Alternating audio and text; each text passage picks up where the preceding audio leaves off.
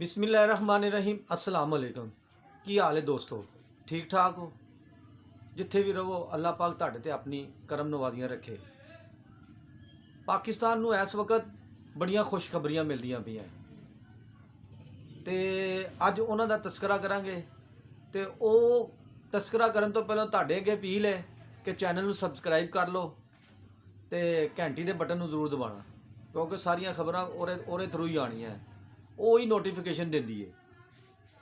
ਦੋਸਤੋ, ਹਿੰਦੁਸਤਾਨ ਦੇ ਕੋਲੋਂ ਜੰਗ ਜਿੱਤਣ ਤੋਂ ਬਾਅਦ ਪਾਕਿਸਤਾਨ ਦੀ ਅੰਡਰ 19 ਟੀਮ ਨੇ ਕੱਲ ਉਹਨਾਂ ਕੋਲੋਂ ਫਿਰ ਜੰਗ ਇੱਕ ਜਿੱਤ ਲਈ ਤੇ ਸਾਡੇ ਨੌਜਵਾਨ ਖਿਡਾਰੀਆਂ ਨੇ ਹਿੰਦੁਸਤਾਨ ਦੀ ਟੀਮ ਨੂੰ ਐਸਾ ਜ਼ੇਰ ਕੀਤਾ, ਐਸਾ ਨਪਿਆ ਕਿ ਮਜ਼ਾ ਆ ਗਿਆ ਦੋਸਤੋ, मज़ा आ गया। बड़ी देर बाद असी हिंदुस्तान हराया, चलो अंडर 19 नहीं हराया, बड़ी देर बाद हराया तो साढ़े मुंडिया ने कमाल कर दिता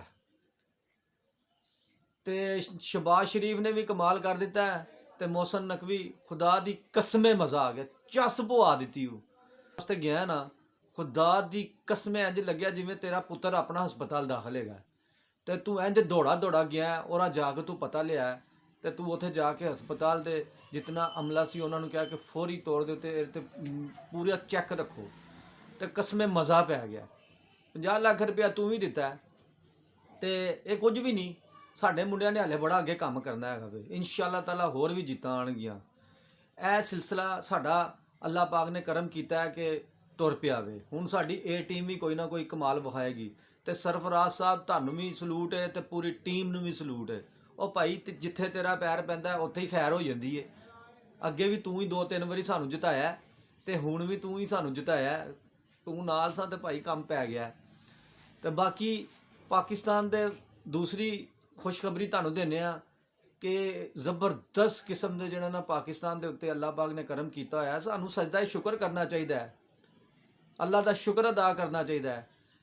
ਜਦੋਂ 2022 ਦੇ ਵਿੱਚ ਨਾ ਪਾਕਿਸਤਾਨ ਦੀ ਸਟਾਕ ਐਕਸਚੇਂਜ ਮੀਆਂ ਨਵਾਜ਼ ਸ਼ਰੀਫ ਦੇ ਦੌਰ ਦੇ ਵਿੱਚ ਹੀ 50,000 ਨੂੰ ਕ੍ਰਾਸ ਕੀਤੀ ਸੀ ਤੇ ਫਿਰ ਦੁਬਾਰਾ ਜਦੋਂ ਆਏ ਨੇ 2022 ਦੇ ਵਿੱਚ 40,000 ਹੈਗੀ ਸੀ ਤੇ ਉਸ ਤੋਂ ਬਾਅਦ 40,000 ਤੋਂ ਬਾਅਦ ਸ਼ਹਬਾਜ਼ ਸ਼ਰੀਫ ਸਾਹਿਬ ਦਾ ਵੀ ਪੈਰ ਪਿਆ ਵੇ ਤੇ ਹੱਥ ਪਾਇਆ ਸ਼ਹਬਾਜ਼ ਸ਼ਰੀਫ ਨੇ ਵੀ ਮੈਸ਼ੀਅਤ ਨੂੰ ਤੇ ਖੈਰ ਹੀ ਹੋ ਗਈ ਏ।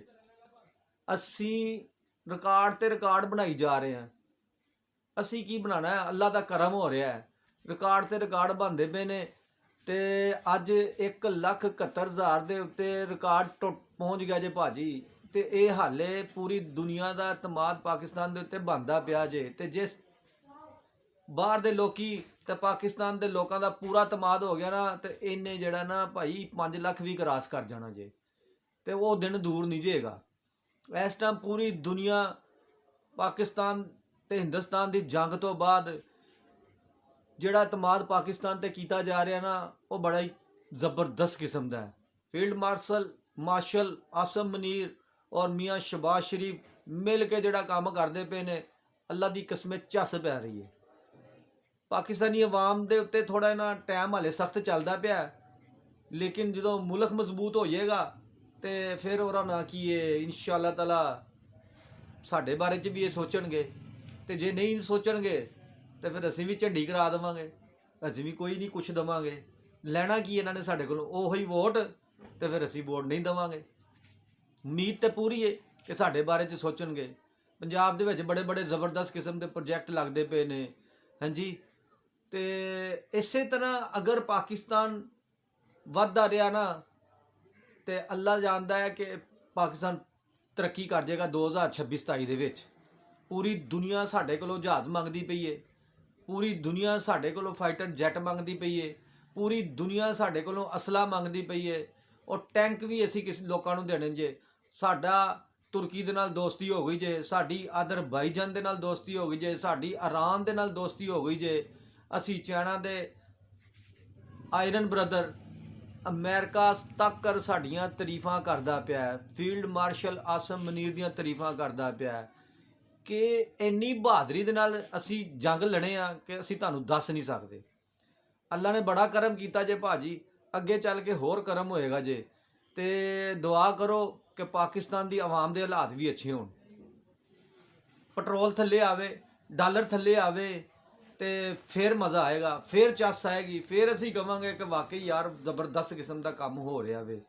ਤੇ ਬਾਕੀ ਇਨਸ਼ਾਅੱਲਾ ਤਾਲਾ ਤੁਹਾਨੂੰ ਵੀਡੀਓ ਪਸੰਦ ਆਈ ਹੈ ਤੇ ਇਹਨੂੰ ਫਿਰ ਸਬਸਕ੍ਰਾਈਬ ਕਰ ਦੇਣਾ ਭਾਈਜਾਨ। ਪਾਕਿਸਤਾਨ ਜ਼ਿੰਦਾਬਾਦ।